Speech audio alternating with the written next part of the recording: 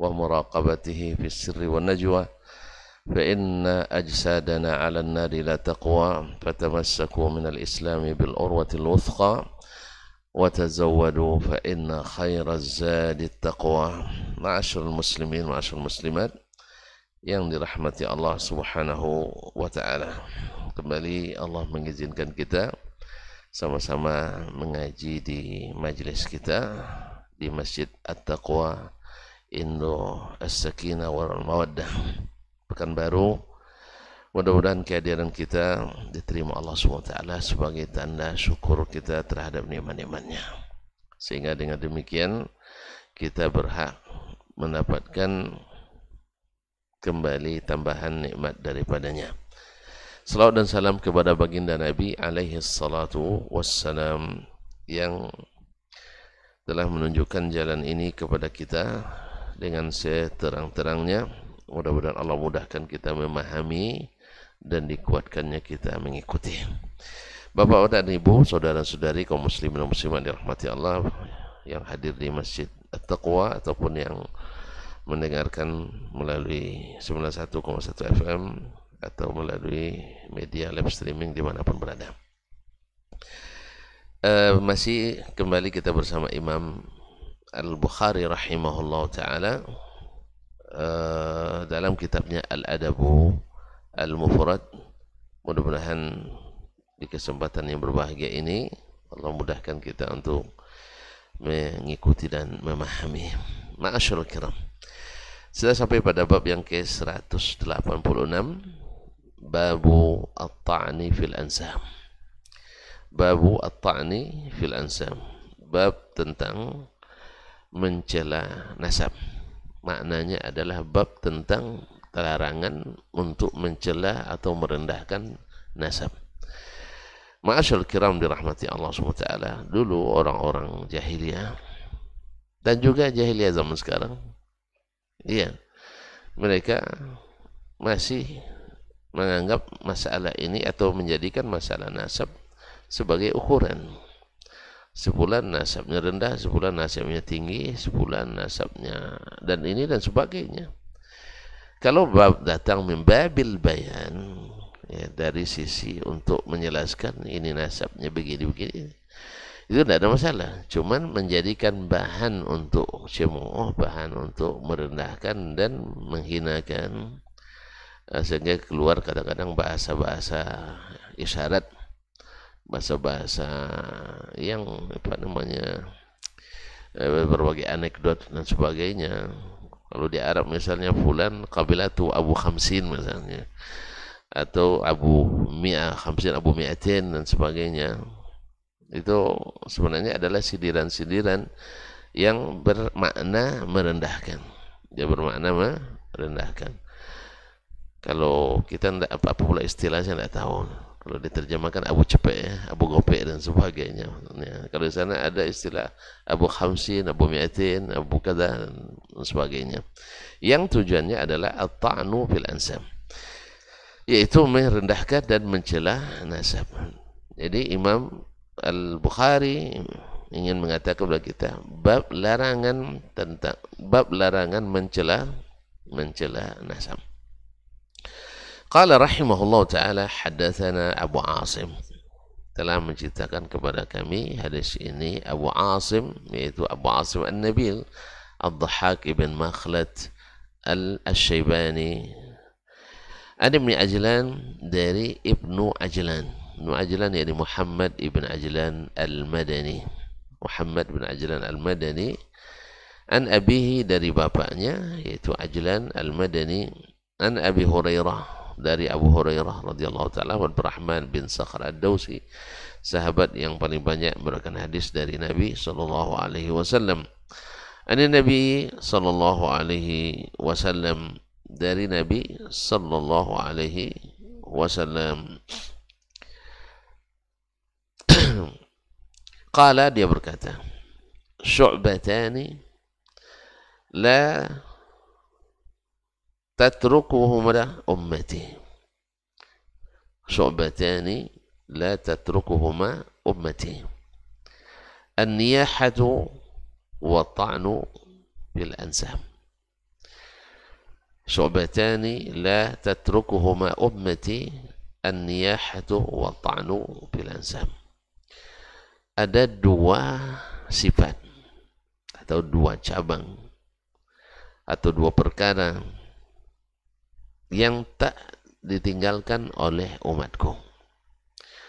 Riwayat lain mengatakan khaslatani fi ummati huma bihimul kufru. Huma bihimul kufr. Ada dua sifat pada umatku, keduanya adalah kekufuran yang ada pada mereka. Jadi huma bihim, tapi bukan dikatakan bihima kafaru. Kalau sebab bihima kafaru, mereka bisa kufur mereka. Tapi huma bihim kufrun. Keduanya pada mereka merupakan sifat kekufuran. Sifat kufur. Oleh sebab itu para ulama menyebutkan bahwa at-ta'nu bil ansab adalah kufrun duna kufrin, yang tidak meluarkan dari agama Islam, tapi dia merupakan akhlaknya orang-orang kafir. Sama dengan ketika Nabi menyebutkan inna fika khaslatan minal jahiliyah, kamu ini ada sifat jahiliyah, bukan maknanya dia orang jahiliyah atau orang yang misalnya man mata walaysa fi unuqihi bai'ah mata mitatal jahiliyah. Siapa yang mati tak berbaiat kepada imam atau walil amri, matinya seperti matinya orang jahiliyah. Sebagian menafsirkan dengan makna yang keliru sehingga mengafirkan semua orang yang tidak berbaiat. Tapi berat ke siapa? Ke gurunya. Nah, bukan. Jadi siapa tidak berat ke gurunya, kafir dia. Siapa pula orang di Jawa tidak berbaiat ke orang Ocu, kan tidak mungkin. Atau orang Ocu tidak berbaiat ke orang Jawa. Jadi mereka siapa yang tidak berbaiat ke gurunya, kafir. Padahal hadis itu oleh para usurrahul hadis maknanya bukan orangnya orang jahiliyah, tapi sifat itu adalah sifat jahiliyah. Sebab orang jahiliyah dulu tidak mengenal adanya amir, tidak mengenal adanya waliul amri. Yang mereka kenal adalah syekh kabilah, kepala suku. Sama nenek moyang kita dulu, ya sebelum lahirnya kerajaan-kerajaan yang ada adalah kepala-kepala suku. Tidak ada namanya raja, tidak ada, apalagi kalau sekarang yang namanya presiden. Jadi mereka sangat enggan untuk berbaiat, sehingga Nabi mengeluarkan ancaman itu, kalau kalian tak berbaiat kepada amir, ini perangai jahiliyah. Kalau perangai jahiliyah dilakukan, dosa kecil, dosa besar. Nah, serius nih, dosa besar apa dosa kecil? Dosa besar. Makanya yang bab ini masuk dalam bab dosa besar dan adab yang sangat kurang adab. Nah, qala khasyu'batani la tatrukuhuma ummati. Ini juga menguatkan makna la tatrukuhuma ummati, tak ditinggalkan oleh umatku. Berarti dia tetap umat Nabi alaihi salatu wassalam, tetapi melakukan dua perangai yang jahiliyah itu. Apa yang pertama? An-niyahah. An-niyahah, yaitu meratapi orang mati. Meratapi orang yang sudah mati. Meratap ketika datang musibah kematian. Memang kita lihat baiknya, kalau kita baca dan kita lihat di fenomena masyarakat. Kalau dulu di masa jahiliyah, siapa yang paling banyak orang yang meratapinya, itu paling mengangkat derajatnya. Itu di masa jahiliyah dulu. Siapa yang paling banyak meratap orang yang meratapinya, maka semakin dianggap paling kedudukan. Makanya ada dalam syair orang Arab disebutkan, saya lupa lafaznya, ada yang masih ingat, laisa thukala kal nisa'il mustajarat. Artinya tidak sama orang yang benar-benar menangis. Yang karena apa? Karena kehilangan orang yang dicintai, dengan orang wanita-wanita yang disewa. Jadi sampai dulu ada istilah wanita-wanita. Kan wanita perempuan kan mudah disuruh nangis kan. Kenapa? Mana yang lebih mudah nangis, laki-laki apa perempuan? Hah? Serius ini, kadang-kadang laki-laki banyak pula nangis. Digertak sama istri nangis. Nah, kaum muslimin dan muslimat. Jadi perempuan-perempuan disewa untuk menangisi dan meratapi. Dari masa jahiliyah dulu. Jadi tentu seperti itu, orang-orang yang punya uang maka akan lebih banyak yang menangisinya. Nah, ini adalah perangai atau sifat jahiliyah yang mungkin akan ditiru oleh sebagian umat ini. Dan ini kan mukjizat dari Nabi Sallallahu Alaihi Wasallam, tak ditinggalkan oleh umatku, tak ditinggalkan oleh umatku. Nah, di orang-orang jahiliyah sahabat ini, artinya orang-orang non-muslim hari ini, mungkin tuan-tuan melihat juga orang-orang seberang dulu ada istilahnya, terkenal pula ketika kita masih anak-anak, Bu ya. Jadi kalau meninggal, kita kan nggak tahu, masih kecil-kecil itu yang di Pekanbaru. Nah, jadi kalau meninggal orang tua mereka itu, kalau kita datang dan ikut nangis dikasih tahu ya, antum pernah merasakan nampaknya, dapat kan? Nah, itu masih ada sampai sekarang, bagi tahu lah. Kaum muslimin masih ada. Jadi kita menangisi, ikut meratap itu dapat angpo. Lumayan isinya, tergantung kaya miskinnya orang itu. Kalau orang kaya, dia tidak segan-segan kasih 50.000, mungkin juga 100.000. Semakin ramai orang menangis, semakin banyak amplop yang dibagi. Rupanya sih tahu, antum tahu juga rupanya, enggak juga ada. Ada sih ya. Pokoknya orang-orang yang berdampingan dengan orang yang di luar Islam, ada sebagian tradisi itu ada. Dan di mana-mana saya dengar, di mana-mana di seluruh dunia itu ada.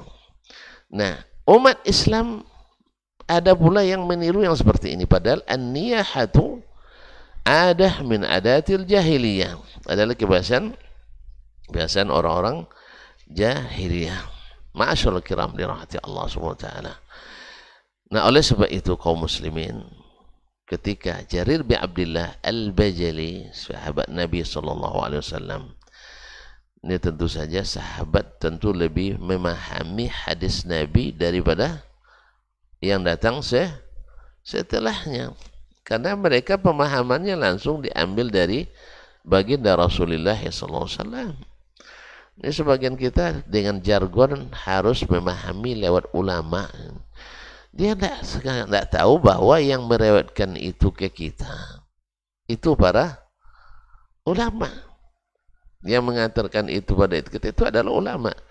Misalnya Jarir bin Abdullah salah seorang ulama sahabat yang menyampaikan kepada kita bahwa beliau mengatakan, innal ijtima' fi baitil mayyiti kunna na'udduhu minal niyaha. Sesungguhnya berkumpul-kumpul di rumah orang yang mendapat musibah kematian, bukan rumah orang mati dah pergi dia ya, di rumah orang yang mati kematian, kunna na'udduhu minan niyaha, kami menganggapnya atau menganggapnya, memandang itu bagian dari an-niyaha, bagian dari an-niyaha, yaitu bagian daripada kebiasaan jahiliyah dulu. Kalau orang jahiliyah dulu meratapi, lalu bagi-bagi harta, bagi-bagi pemberian, hadiah. Orang sekarang bentuknya lain, bagi-bagi makanan. Bagi-bagi makanan. Sama juga hakikatnya. Dan tentu tukang doa lebih, biasanya tukang doa dapat lebih enggak Ustaz? Untuk waktu dipimpin doa itu dapat enggak? Ada Ustaz yang enggak pernah, ini pengalaman saya, yang enggak pernah saya yang tahu.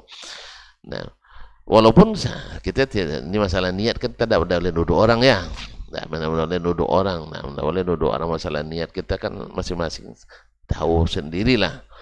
Tapi pada umumnya kalau fenomena yang terjadi, ya malam pertama tidak begitu ramai kayak jemaah kita hari ini lah. Malam kedua mulai agak sedikit ramai, semifinal istilahnya. Ya malam pertama malam penyisihan. Biasanya penyisihan peserta tentu lebih banyak. Enggak, ini terbalik. Final justru pesertanya paling banyak. Karena di malam pertama itu ya gorengan, lope gitu ya. Makan makanan kawah lah istilahnya. Tahu ya? Makan makanan apa namanya, bukan makan besar. Ya, malam kedua ada mulai keluar sate, apa namanya, pecal dan sebagainya. Nah, malam ketiga baru, masya Allah, prasmanan. Enggak, kami bajambau, makan bajambau. Yes ya, makan bajambau. Itu biasanya minimal ayam dan ikan. Kadang-kadang enggak ada kalahnya juga nyembelih kambing. Kepala kambing tak awak tuh. Cuman saya waktu itu enggak bisa makan kambing. Bukan enggak suka, bukan apa namanya, enggak ajan kalau bahasa kambingnya, enggak ajan. Enggak doyan. Ya, karena orang tua enggak ada yang makan. Sekeluarga enggak makan enggak. Jadi kalau enggak, masya Allah, udah biasa makan benak kambing itu dulu. Jadi nah ini yang seperti ini di dalam diriwayatkan dari Jarir bin Abdullah al-Bajali dan selainnya, tabi'in ramai menganggap ini bagian dari an-niyahah, bagian dari an-niyahah. Ma'asyul kiram dirahmati Allah SWT. Oleh sebab itu Imam Asy-Syafi'i sendiri yang mazhabnya kita ikuti di negeri ini mengatakan inna al-istima' ala ta'ami fi baitil mayyit thalathata ayyamin haram. Sesungguhnya berkumpul dan makan di rumah orang yang meninggal selama 3 hari itu adalah diharamkan. Cuman sayang di negeri yang memaksa umatnya wajib bermazhab Syafi'i, justru di bab ini pindah mazhab kepada selain Syafi'i. Di sini mazhabnya Hambali itu, Salafi. Mazhabnya Hambali ya. Karena mereka Imam Salafi itu Hambali kan. Jadi Hambali di sini. Cuman penerapannya yang keliru. Alasannya adalah untuk menghadiahkan bacaan Al-Quran kepada orang yang sudah mati. Orang yang sudah mati. Menurut Imam Ahmad, pahalanya sampai. Cuman tidak bertanya ke Imam Ahmad bagaimana SOP-nya. Bagaimana SOP-nya. Sebab Imam Ahmad sendiri fatwanya sama dengan gurunya Imam Asy-Syafi'i, bahwa yang seperti ini termasuk niyahah, ngumpul-ngumpul itu. Maksud Imam Ahmad sampai pahalanya adalah saya sekarang ketika misalnya selesai sholat subuh atau selesai sholat maghrib atau lainnya, saya punya waktu, lalu saya baca surat misalnya. Kan biasa kita sejak kecil kan Yasin kan, itu pula yang hafal kan, auzubillahi minasyaitonirrajim, bismillahirrahmanirrahim, Yasin wal Qur'anil, sampai akhir surat. Nah, teringat saya, Ustaz Hidayat baru meninggal. Belum Ustaz, ini andai-andai aja Ustaz. Andai-andai, ini sahabat setia saya. Ya, sudah waktu yang panjang sekali. Banyak jasanya pada saya. Ya Allah, jadikanlah pahala bacaan ini untuk arwah Ustaz bulan misalnya. Ini yang dimaksud oleh Imam Ahmad bin Hanbal itu. Bukan mengumpulkan orang di rumah orang yang meninggal lalu dibaca Quran beramai-ramai. Ya, Ustaz Fajri mungkin masih ingat kan, kita bagi per juz kan? Kita bagi per juz kan? Ustaz Fajri juz 1, Ustaz Ahmad juz 2, Syekh juz 3, Kiai juz 4, nah, ini juz 5. Alhamdulillah lengkaplah 30 juz. Nah, mulai baca masing-masing juznya. Ya, dianggap khatam itu. Dianggap khatam. Padahal ini tidak khatam, yang seperti ini tidak khatam. Tapi wakillah dianggap khatam. Yang bacaannya lambat, lebih cepat selesai. Kami dulu ya, yang bacaannya lambat lebih cepat selesai. Awak masih baru setengah, dia sudah tutup Quran. Sudah aja. Bekon. Ya, bekon. Paham tak? Sebab kalau diikuti cara dia baca, sebenarnya awak dah setengah, dia 1/5 belum. Nanti lambat makannya. Jadi yang jelas makan dulu, habis itu baru bayar kembali, ngutang lah istilahnya. Tidak jarang ada juga seperti itu. Masya Allah. Dan waktu itu bacaan rata-rata ekspres semua. Apa sebab? Itu. Oleh sebab itu makanya saya katakan dari sisi apakah yang seperti ini, kalau niat saya, ini saya tidak niat orang, saya katakan niat saya yang datang untuk supaya makan, lalu saya baca Quran, diterima tidak bacaan saya? Diterima tidak bacaan saya?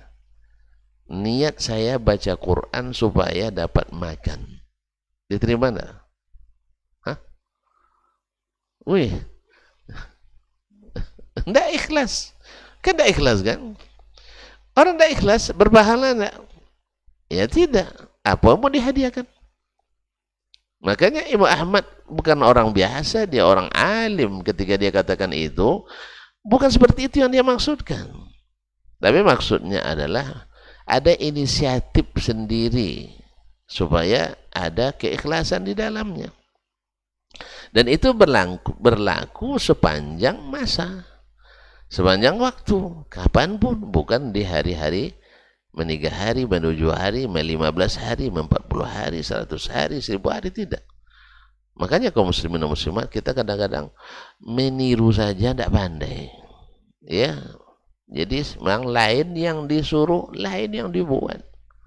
Betul juga kata Mendiang Gus Dur ini, orang Indonesia ini, lain yang dikatakan, lain yang dikerjakan. Dan sayangnya ini menjadi kebanggaan pula bagi kita. Kekeliruan ini menjadi kebanggaan pula. Nasallallahu alaihi. Makanya kalau tuan-tuan nak cari nanti Imam Ahmad yang mengatakan itu, cari dalam fatwa Imam Ahmad. Beliau menghadiri acara wirid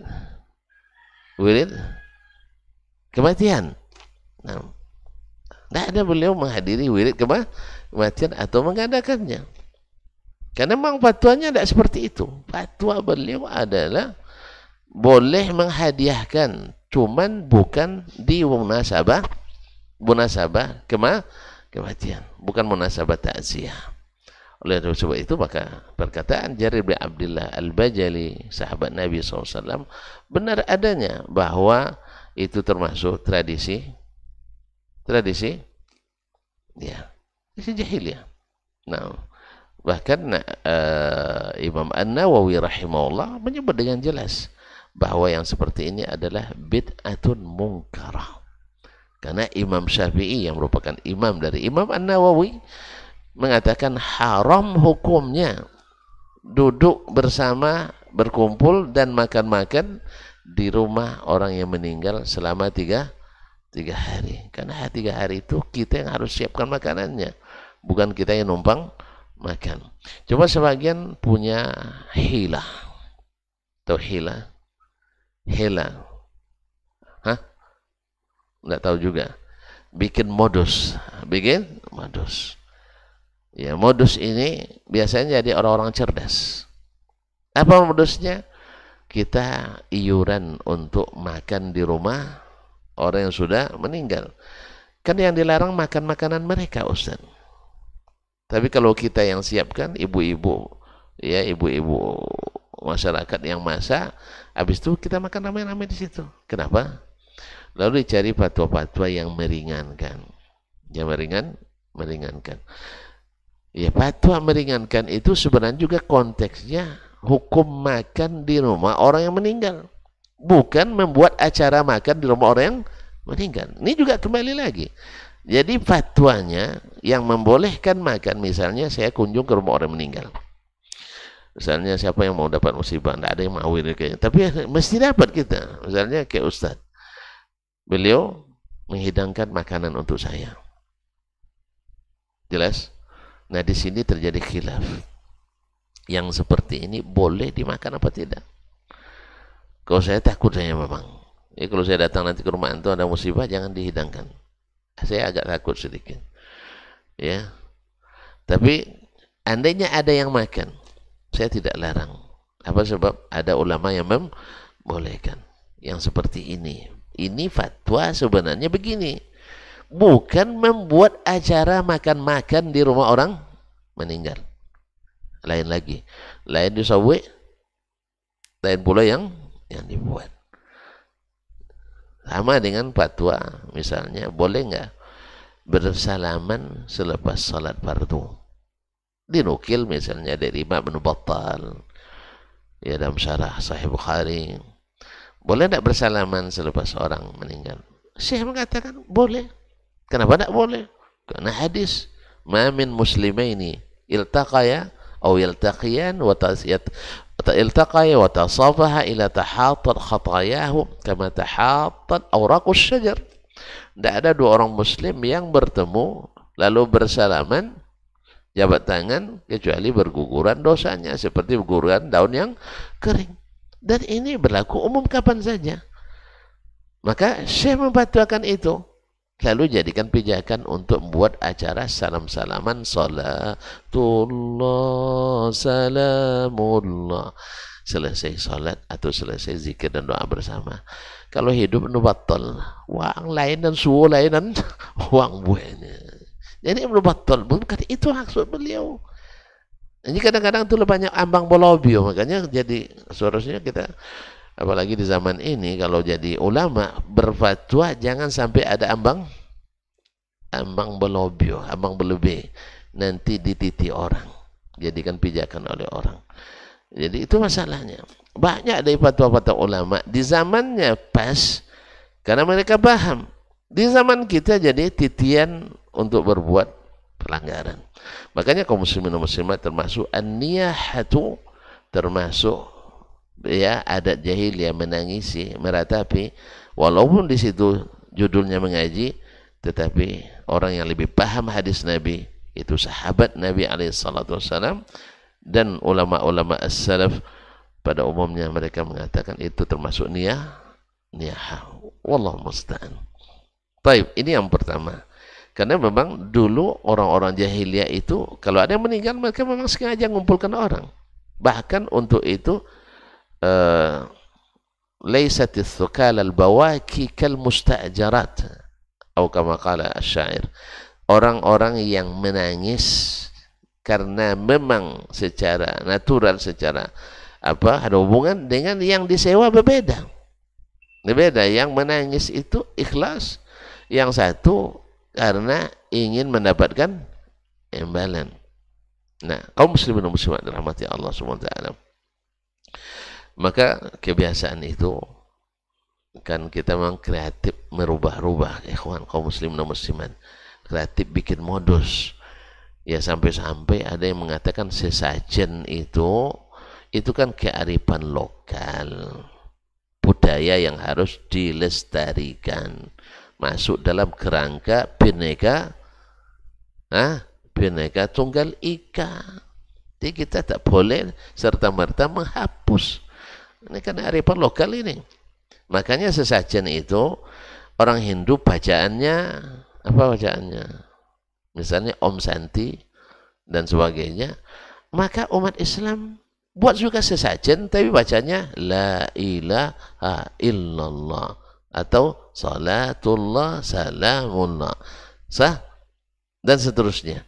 Jadi berubah sesajen syariat menjadi sesajen syariat. Nah, dia semuanya nanti serba syariat. Apa alasannya? Karena ini kearifan lokal yang harus dilestarikan. Apa sebab? Karena dangkalnya tauhid di kalangan orang-orang yang dianggap berilmu. Dianggap ilmu. Kenapa? Karena mereka cerdas. Akhirnya bikin modus. Bikin modus. Jelas ya? Ada acara perayaan misalnya di waktu-waktu tertentu. Yaitu ngantar sema ke sungai. Masih ada sih ya? Sungai festival titik-titik. Ini dibungkus dengan festival budaya supaya ada legalitasnya. Sehingga kepala daerah kadang datang. Ya kepala daerah kan yang penting baginya kan suara, apalagi menjelang 2024. Nah, ustadz-ustadz yang harus menjelaskan. Kalau enggak, jangan dekat-dekat dengan lingkaran penguasa. Yang harus menjelaskan bahwa boleh, tidak ada masalah pesta budaya, tapi jangan ada kesyirikan yang dibungkus. Nah, apa kesyirikan bungkus? Yaitu ngantar kepala kerbau untuk sebagai tumbal, supaya anak cucu yang cari ikan jangan diganggu oleh penunggu teluk, ya dah, supaya yang berkebun jangan diganggu oleh penunggu tanjung dan sebagainya. Karena tidak apa-apa Ustaz, orang salawatan, orang tahlilan kok dilarang? Kan mengantarnya sambil la ilaha illallah, kan ya dah? Atau salawat, salatullah, salamullah, salawat aja tidak boleh, dasar Wahabi antum. Akhirnya itu lagi dasar Wahabi. Bukan salawat tidak boleh, syirik itu tidak boleh. Dulu orang jahiliyah pergi haji dia, bukan festival budaya, pergi haji ke Mekah, tidak diterima hajinya. Apa sebab? Karena mengandung syirik. Apa syiriknya? Labbaik Allahumma labbaik, labbaik la syarika lak illa syarikan huwa lak tamlikuhu wa ma malak. Enak juga bunyinya kan? Kan enak bunyinya. Ada bersajak dia. Lilla syarikan huwa lak tamlikuhu wa ma malak. Kan itu bagus bunyinya kan? Jelas ya? Ditambahnya talbiyahnya seperti itu. Apa artinya tadi? Labbaik Allahumma labbaik. Ya Allah, aku datang memperkenankan panggilanmu. Labbaika la syarika lak. Aku penuhi panggilanmu, tak ada sekutu bagimu. Hanya karenamu aku datang. Ditambah oleh orang jahiliyah tadi. Illa syarikan huwa lak. Kecuali sekutu yang engkau miliki. Ya, syarikalan yang engkau punya. Tamlikuhu wa mamalak, engkau yang menguasai, dia tak berkuasa. Kan sebagian orang sekarang, selama kita tak mengakui ada kuasa pada syekh wali ini, kita boleh saja untuk menyampaikan doa kepadanya. Ada yang mengatakan itu. Ulama internasional. Ulama jangan yang pira lokal biasa kalau lokal tuh.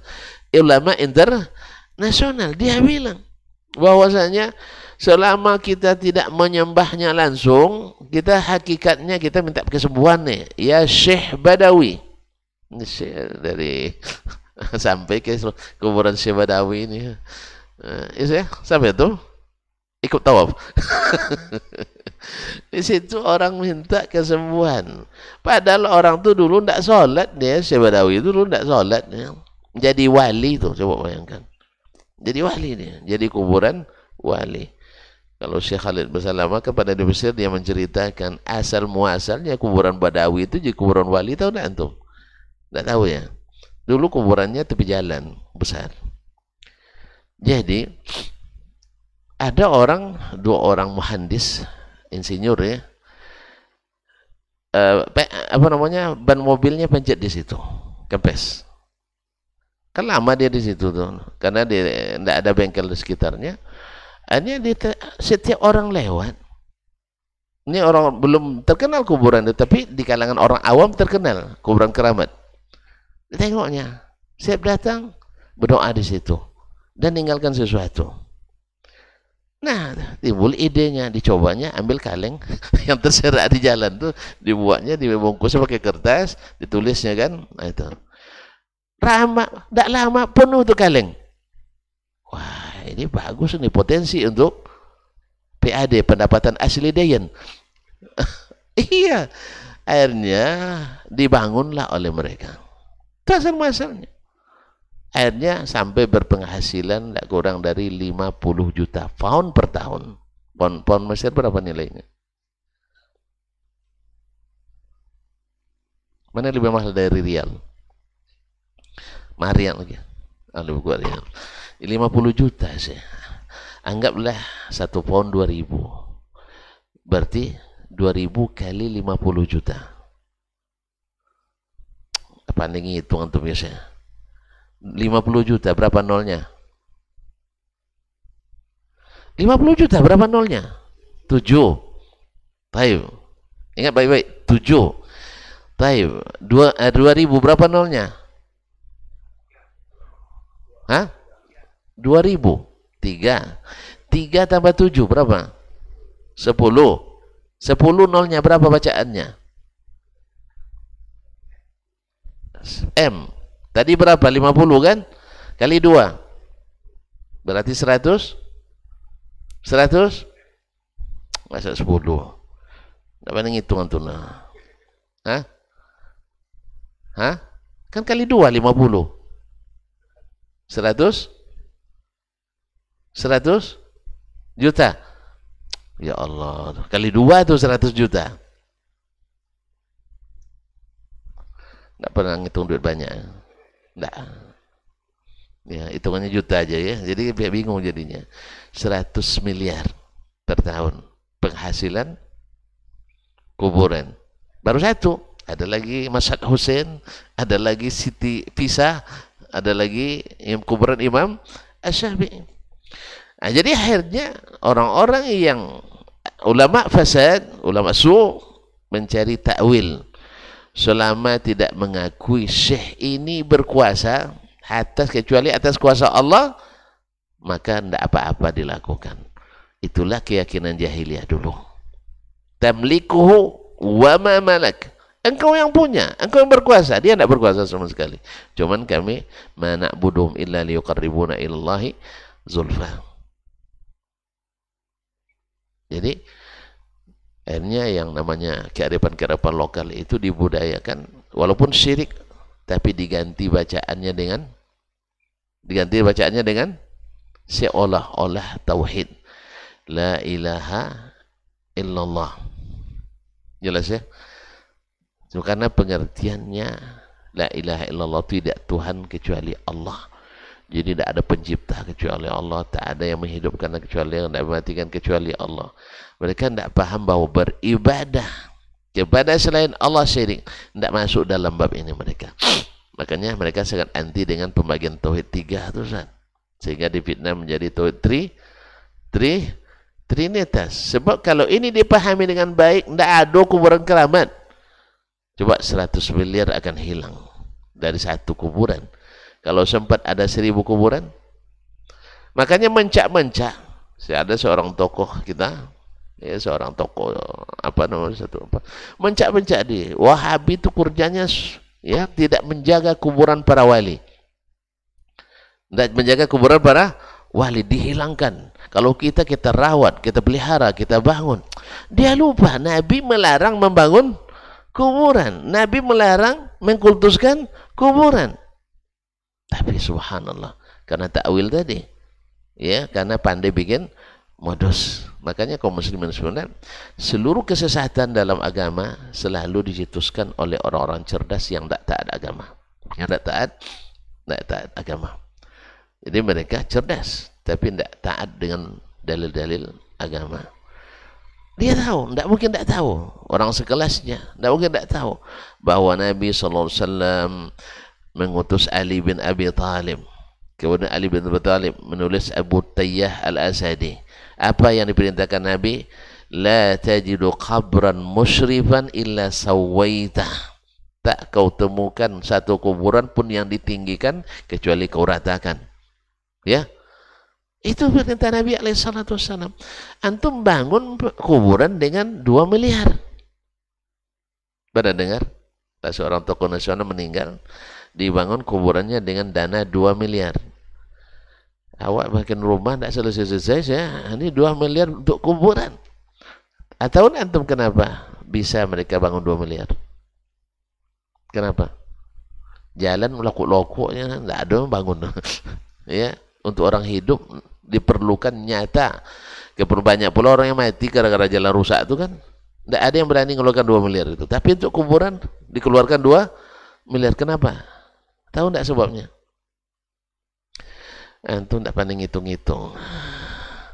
PAD menjadi sumber PAD, pendapatan asli dayan.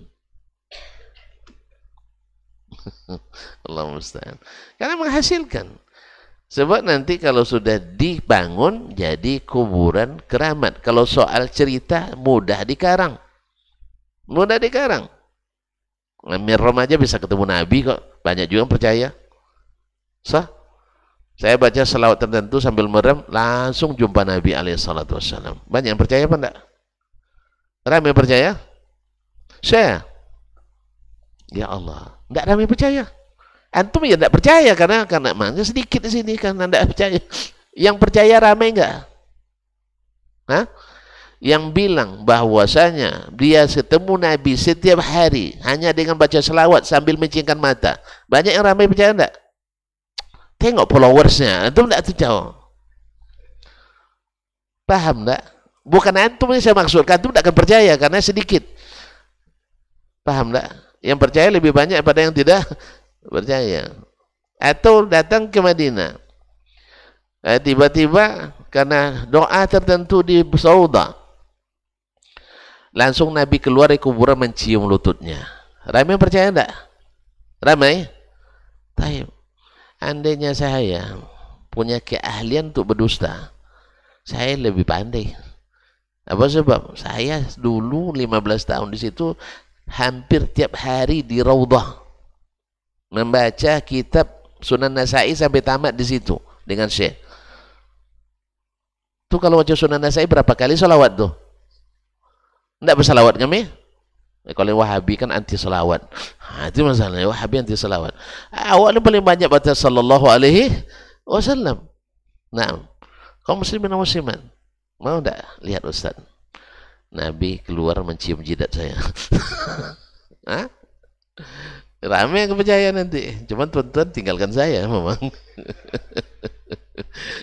Yang sedikitnya tinggalkan yang banyak nanti percaya. Pilih yang banyak, pilih yang sedikit. Pilih banyak lah saya. Pilih yang banyak, masuk pilih yang sedikit. Makanya orang dengan mudah begitu mengatakan. Karena mereka yakin, karena Masya Allah lengkap dengan mimik, lengkap dengan torikanya. Paling-paling nanti yang tidak percaya itu kan Wahabi, tidak sampai kajinya. Mereka ngaji kulit-kulit aja. Kalau kita sampai ke lawan kulit. Ustaz, apa lawan kulit? Ya isi. Itu tidak putus makrifatnya. Kalau saya putus makrifatnya. Nah, tapi ini yang pertama ya, ikhwan kaum muslimin dan muslimat yang rahmati Allah. Jadi an-niyahah termasuk adat jahiliyah. Nasallallahu alaihi wasallam. Wa ta'nu fil ansab. Ini bagian kedua yang karenanya Imam Al-Bukhari menyebutkan hadis ini. Nah, tadi saya katakan di mukaddimah bahwasanya at-ta'nu fil ansab itu merupakan dosa besar.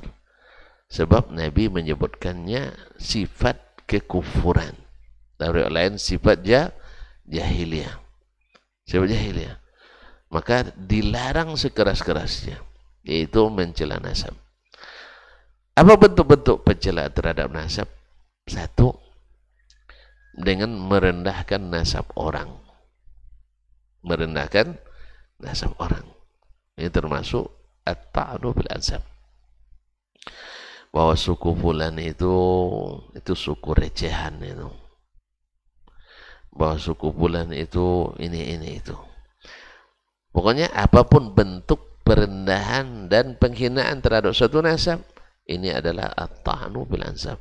Itu bagian jahiliyah. Karena Allah SWT mengatakan, Ya ayyuhan nasu inna khalaqnakum min dzakarin wa untha wa ja'alnakum syu'uban wa qabaila lita'arafu inna akramakum indallahi atqakum.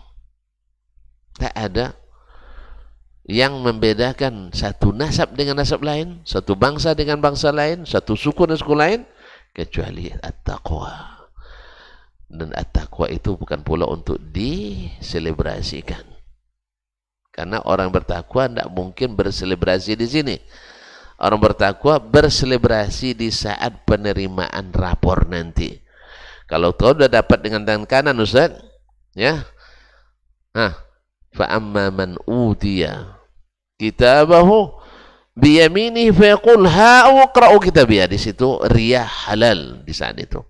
Kalau di sekarang enggak. Ma'asyarul kiram dirahmati Allah Subhanahu wa taala. Jadi takwa itu bukan untuk dibanggakan. Karena tidak mungkin membangga-banggakan ketakwaan kecuali orang yang tidak bertakwa. Sama ketika pergi ke Masjidil Haram pakai baju seperti sama, tidak ada bedanya dengan pergi ke Car Free Day. Pernah pakai Car Free Day? Ngapain orang di situ? Ngapain orang di situ? Olahraga. Gitu aja kebayang jawabnya tuh, enggak pernah. Olahraga. Orang ke olahraga pakai pakaian apa? Pakai jubah. Ibu-ibu. Apa nengok? Pakai apa dia? Kayak apa olahraga? Legging sempit di dalam, celana pendek di luar. Masya Allah, pakai jilbab di atas. Masya Allah. Semua gaya dong. Busana muslimah itu. Nah, pernah tuh tengok kan? Saya nengok kok di jalan. Masa saya buta begini di malam merendah. Nampak oleh saya. Jadi pakai celana legging nama yang sempit tuh. Yang kaos itu. Sebelah dalam. Nanti di sebelah luarnya celana pendek. Memang agak kembang sedikit. Nah, kayak celana sepak bola. Ya, tapi yang perempuan lebih singkat daripada yang laki-laki. Gitulah gaya busana muslimah. Busana muslimah. Kemudian di atas jilbab bunuh diri atau jilbab basa-basi. Sudah busana muslimah itu. Olahragawati muslimah. Nanti yang begini patut dipiralkan ini. Patut dipiralkan. Seperti ada kemarin salah seorang atlet kita dipaksa melepaskan jilbabnya. Dia tidak mau, walaupun didiskualifikasi, siap didiskualifikasi demi mempertahankan jilbabnya. Bagus. Cuman ini tidak perlu dipiralkan. Walaupun banyak ustadz, ini yang patut dipiralkan, ini bagus ini. Ya, dia memang pakai jilbab, tapi dari sini ke bawah melemang, tahu melemang? Tidak tahu melemang dia. Gimana cara nyampaikannya? Ketat. Apa guna jilbab di atas? Paham tak? Yang dibayangkan. Nah, makanya saya bilang, ini tidak perlu dipiralkan. Justru ini merusak. Seolah-olah asal berjilbab, pakaian seketat apapun tidak masalah. Kita hargai sikap ini. Orang berprinsip, bagus itu ya. Cuman belum sampai pada tahap yang harus menjadi contoh. Itu maksud saya. Tidak bisa contoh jadikan contoh seperti ini. Apa sebab? Ini contoh, mohon maaf ya, contoh yang merusak asumsi dan persepsi terhadap pakaian muslimah. Ya, kalau untuk di tingkat atlet bolehlah dipiralkan, tapi di tingkat ustadz jangan. Makanya harus beda ustadz dengan atlet. Cuman yang memviralkan ustadz, itu masalahnya. Ada ustadz yang viralkan. Yang seperti ini patut dipiralkan. Ya, karena antum pahamnya jilbab asal ada kain di atas kepala itu sudah muslimah. Nah, baik. Jadi yang pertama adalah mencela seseorang. Ya, takwa adalah dasar dan takwa tidak untuk dibanggakan. Nah, lagi tiga kategori. Masa ke masjid seperti ini, Pak, ketakwaan tuh di sini. Mungkin di sini lebih bersih dari hati bapak. Bapak kotor artinya. Nah, gimana lagi? Mati gas yang di loko pokoknya. Tidak bisa lagi kita ngomong kan. Dia bilang dia lebih takwa dari kita. Sebab apa? Takwa itu di sini. Harusnya kalau mau bertakwa di sini, bertakwa juga di sini. Karena takwa itu menjalankan perintah, meninggalkan larangan. Wanita berpakaian disuruh, bukan wanita aja, laki-laki disuruh berpakaian yang menutup, bukan yang membalut. Ini pakai training ke Masjidil Haram. Tuh training, makanya saya bilang tadi seperti car Car Free Day. Nah, ya. Jadi, seperti apa olahraga ke acara Car Free Day, seperti itu juga pakai Masjidil Haram. Bedanya mukenanya disandang, itu aja. Ada mukena yang disandang. Ketika ditegur, marah dia. Ya, hati bapak yang kotor. Apa namanya, kepo sekali. Ya, nggak tahu urusan orang. Sebenarnya yang seperti ini urusan dia dibawa ke orang, itu masalahnya. Sebab kalau terlihat oleh kita, memang urusan asalnya urusan dia. Cuman kalau nampak oleh kita jadi urusan kita. Antum tidur, orang azan. Antum tidur sekamar dengan saya. Antum tidak bangun, tidak saya bangun. Dosa apa tidak? Dosa saya. Kalau tidak mau dibangunkan, pergi tidur tempat lain. Jangan sama kamar dengan kita. Atau jangan dekat rumah. Apa sebab? Memang urusan pribadi itu jadi urusan saya. Karena tidak bangun sholat itu adalah kemungkaran yang besar sekali. Antum dengan istri, halal apa haram? Halal, berciuman. Tapi ciuman depan saya? Hah? Kecuali itu bisa dibagi. Ini kan barang yang tidak boleh dibagi. Ya, saya antum cium, Ustaz sekali lagi, tidak bisa. Akhirnya jadi urusan saya, ya kan? Sebab melihat orang seperti itu, walaupun dia halal bagi kita, haram. Dilihat orang lain jadi haram. Maka kita tegur, Mas, kalau bisa masuk ke dalam, jangan di depan orang. Sebab ditiru sama orang nanti yang belum punya SIM, surat itu dia mencium. Dia ciuman pula seperti kita. Kan bapak itu juga ciuman, ustaz lagi katanya. Ya kan? Ini mohon maaf, antum memang mesra boleh suami istri, tapi jangan depan orang. Kasihan dong, apalagi yang belum menikah. Akhirnya nanti membuat yang haram. Gara-gara apa? Ada sebagian yang halal mempertontonkan, akhirnya jadi urusan orang lain. Jadi urusan kita jangan bawa orang lain. Orang berdosa, antum main judi, antum sembunyi, saya tidak akan cari persembunyiannya, karena bukan tugas saya. Tapi kalau antum berjudi di depan kedai saya, dekat rumah saya, akhirnya saya berdosa. Diam jadi setan bisu saya. Sah? Paham saya? Tidak paham. Kalau tidak paham, tidak selesai kita. Nah, taib. Yang kedua, ta'anu fil ansab. Yang tadi adalah menghinakan. Yang kedua adalah meragukan nasab orang. Meragukan nasab orang. Misalnya si fulan mengaku dia nasabnya tinggi. Apa nasab tinggi di kita? Terah biru misalnya. Ya. Dalilnya kalau orang Melayu dia namanya Tengku Fulan misalnya. Bisa Tengku-Tengku di keturunannya saya. Syarif atau Syarifah. Lalu saya tanpa klarifikasi saya bilang, tidak benar dia. Masa iya keturunan Nabi alaihissalatu wassalam. Misalnya, antum tak punya dalil. Maka antum kata ini termasuk ta'an fil ansab, meragukan nasab orang. Atau ada orang mengaku ini ayahnya. Antum tak punya dalil bahwa itu bukan ayahnya. Antum bilang, tidak mungkin ayah dia. Apa sebab? Hidungnya beda kok. Ya tak? Warna kulitnya beda. Syekh, ada orang niru datuknya 7 keturunan di atas. Kan Zaid bin Haritha dengan anaknya Usama beda enggak warna kulitnya. Jadi isu. Subhanallah, zaman Nabi aja bisa jadi isu karena munafik juga ada zaman itu. Akhirnya datang ahli DNA Al-Qafi. DNA dulu lebih canggih dari sekarang. Sekarang harus pula kirim sampel ke Amerika 3 bulan pula kabarnya nunggu. Mahal pula bayarnya. Ya. Lalu datang hasilnya. Tapi kalau orang Qafi dulu enggak perlu labor mahal-mahalnya. Nampak jejak onta. Nah, ini onta kabilah itu tuh. Ya, paham dia. Tengok telapak kaki sebab kaki antum dengan telapak kaki anak. Inna hazi la min hazi. Jadi suatu hari Usama dan ayahnya Zaid tidur satu selimut. Boleh ayah dan anak tidur selimut kan? Nah, tidur satu selimut. Terbuka telapak kakinya. Lewatlah ahli tadi, Al-Qafiyah tadi. Dia bilang, Inna hadhihi rijl la min hadhihi. Ini asalnya dari sini. Tanpa diminta. Kan orang itu biasa. Didengar oleh yang lain sampai ke Nabi alaihissalam, gembira Nabi alaihissalam. Karena isu yang selama ini sekarang terbukti adalah kedustaan nyata. Alhamdulillah. Jelas ya? Oleh itu kaum muslimin dan muslimat tidak boleh meragukan nasab orang. Kecuali ada konsekuensi.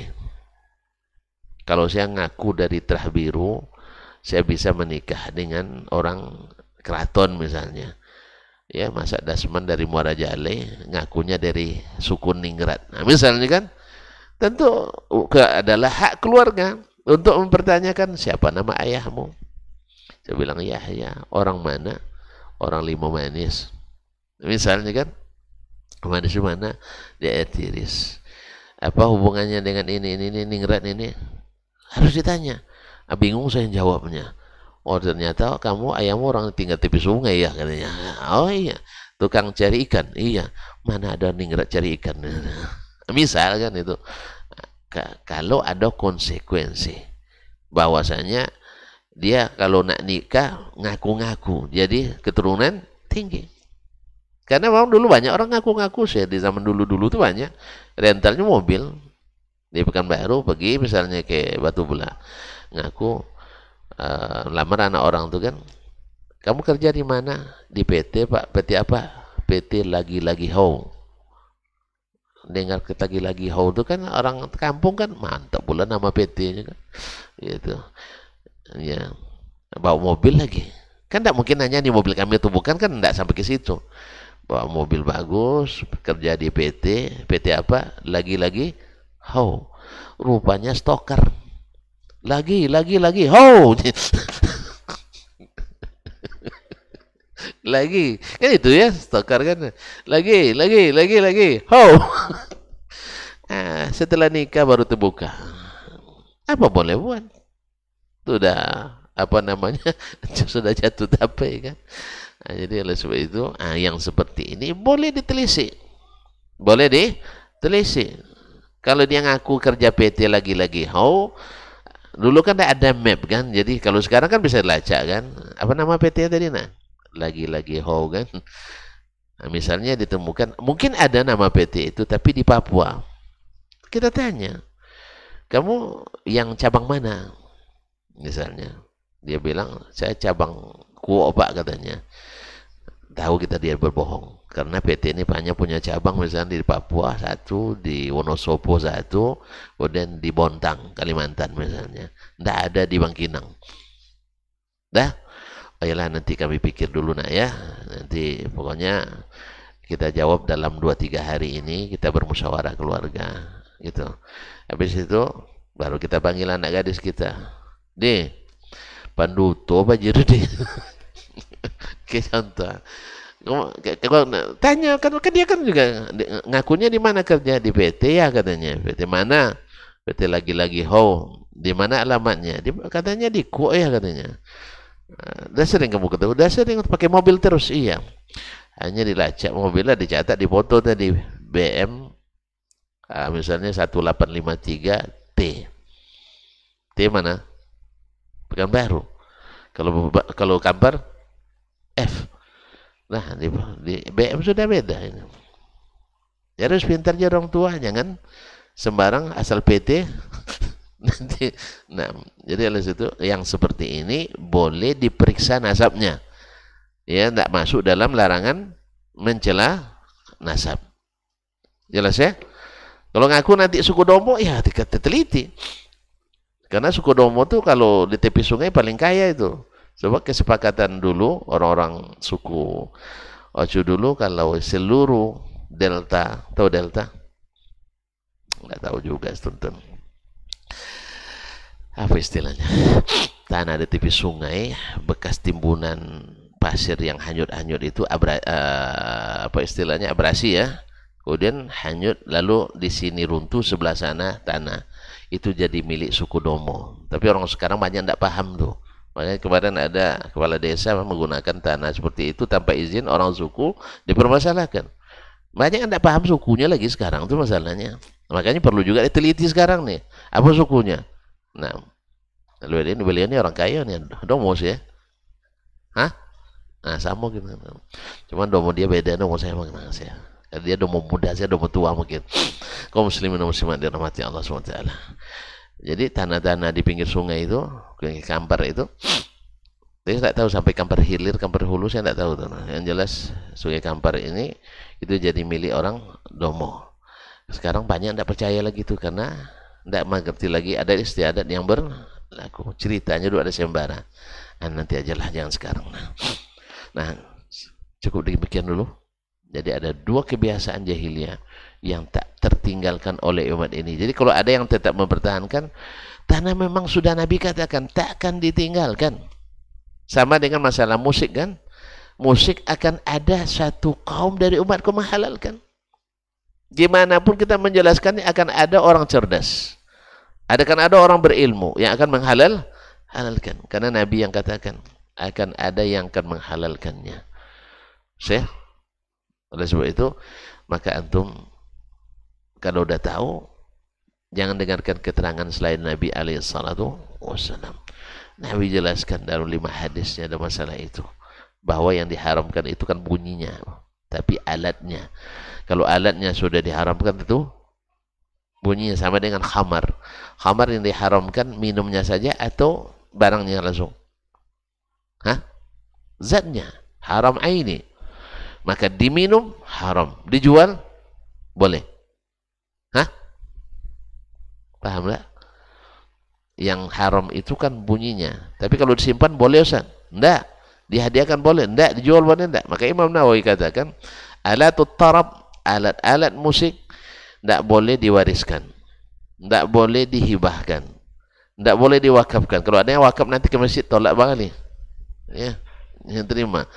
Mana tahu nanti saya tobat Ustaz, enggak mau ke musik, tapi saya wakafkan ke masjid Indus Kina, jangan.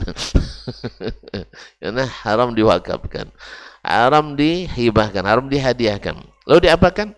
Dihancurkan. Jadi jangan bicara lagi tentang masalah suara burung, tentang indahnya bintang gemintang, bukan tentang indahnya suara air, gemericik air, dan sebagainya. Bukan suara itu masalahnya, alatnya itu. Alatnya. Berarti semua yang keluar dari situ diharamkan. Ini sebagian enggak. Indah langit, mata suka yang indah, telinga suka yang indah. Kalau gitu nanti boleh saya tengok gadis yang indah. Karena Allah suka keindahan. Innallaha jamilun yuhibbul jamal. Kalau sudah jelas haramnya dengan nas, jangan lagi berkilah-kilah dan sebagainya. Baik, sampai di sini. Sudah paham? Bilang sudah, kalau tidak selesai. Nah.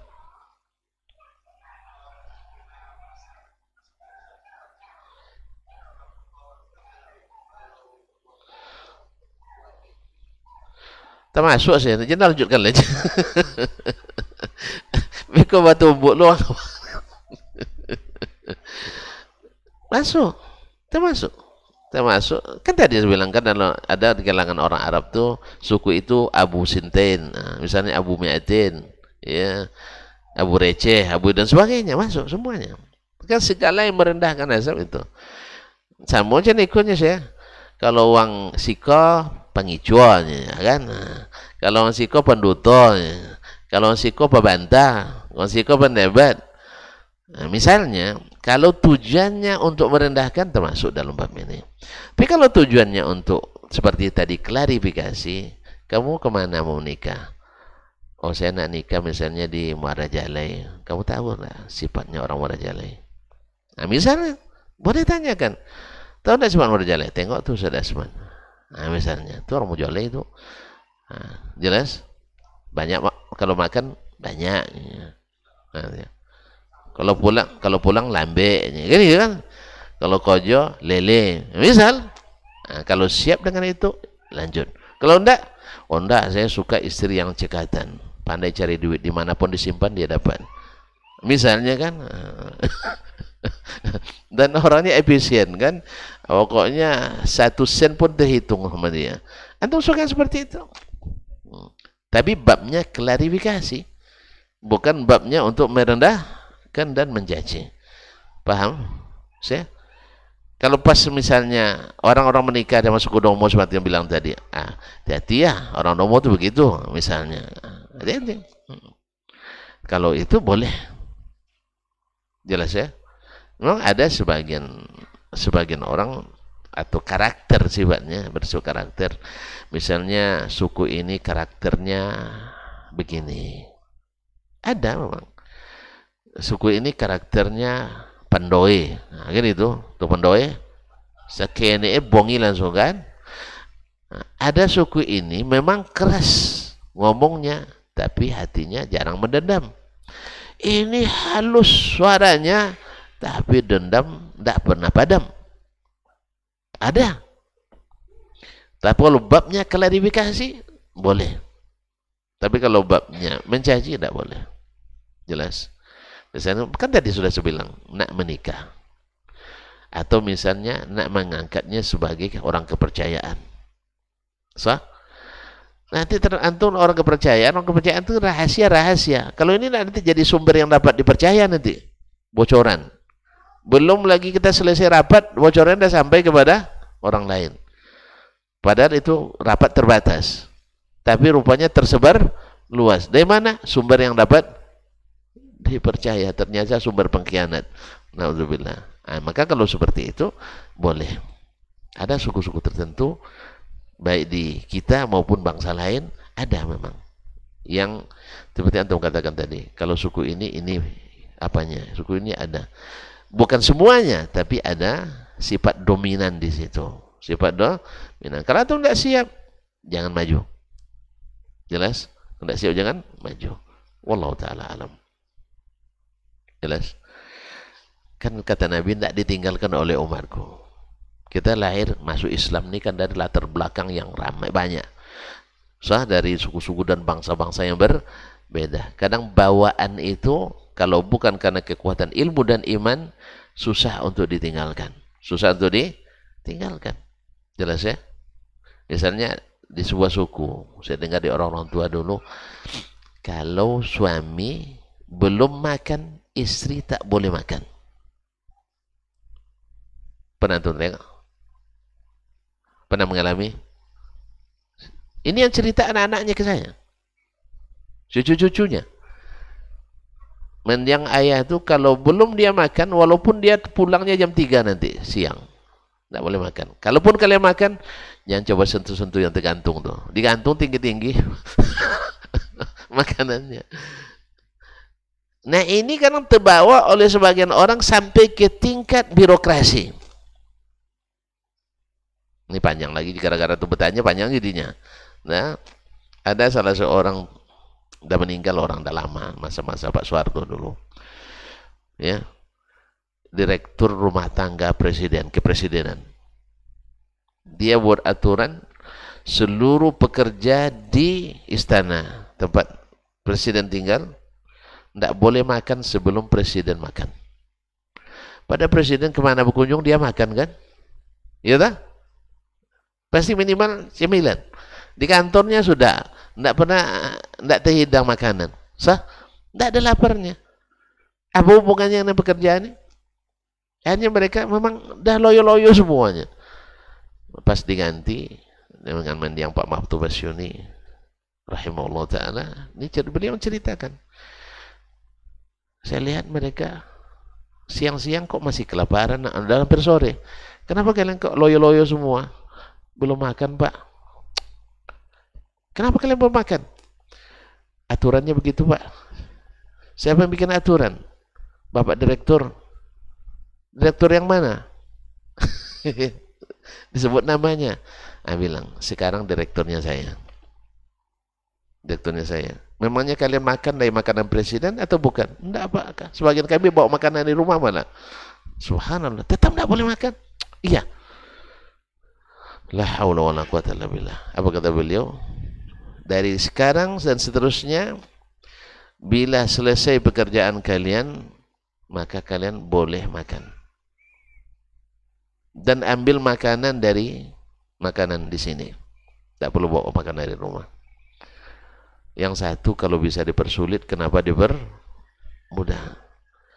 Yang satu kalau bisa dipermudah, kenapa dipersulit. Ya, nah, yang nomor 2 ini yang kalau dapat dipermudah, kenapa dipersulit? Ini angkatan pertama tamat Jamiah Islamiyah di Madinah. Angkatan pertama tamat di Madinah. Syekh Muhammad Muntar, Menteri Agama kita. Yang satu saya tidak tahu. Sampai sekarang saya tidak tahu namanya. Saya tidak mau hafalkan nama yang seperti itu. Mungkin dulu ketika masa kecilnya datuknya tidak boleh makan, keluarga tidak boleh makan sebelum empahnya makan dulu. Jelas? Sebelum empahnya makan, anak-anak tak boleh makan. Akhirnya jadi tabiat yang tertanamkan. Ya, dalam ilmu pendidikan ada yang tidak diajarkan, tapi tertanamkan. Akhirnya terbawa ke istana. Akhirnya dulu dia menderita, orang lain kenapa tidak perlu menderita? Saya dulu menderita sejak kecil, masa kalian senang-senang saja? Itu prinsipnya. Kebanyakan orang seperti itu. Saya dulu payah-payah nak makan, masa kalian senang-senang saja? Akhirnya jadi kedekut. Harusnya dia tidak enak kelaparan itu dulu, maka sekarang jangan biarkan orang lapar. Harusnya begitu. Sah? Ini enggak. Saya dulu payah-payah, masa kalian senang-senang aja? Akhirnya dia orang kedekut. Assalamualaikum. Jelas ya? Kalau saya enggak, saya merasakan ada pahit manisnya, maka yang pahit enggak boleh saya terapkan. Yang manis harus saya terapkan. Sehingga saya kalau menghukum pada umumnya, ambil yang paling ringan. Ambil yang paling ringan, bukan yang paling berat. Kalau bisa ditiadakan, ditiadakan. Karena apa? Wajadtu atis ata asyadil adab bitaghadhi. Saya temukan, kata Imam Ahmad, 9/10 dari adab itu, yang mulia itu adalah tidak, seolah-olah tidak tahu kesalahan orang lain. Wallahu musta'an. Berat memang, tapi Allah mudahkan. Wabillahi taufiq wal hidayah. Terima kasih Syekh. Saya tidak sambung lagi, panjang nanti ceritanya. Subhanakallah bihamdik, asyhadu an la ilaha illa anta astaghfiruka wa atubu ilaik. Wassalamualaikum warahmatullahi wabarakatuh.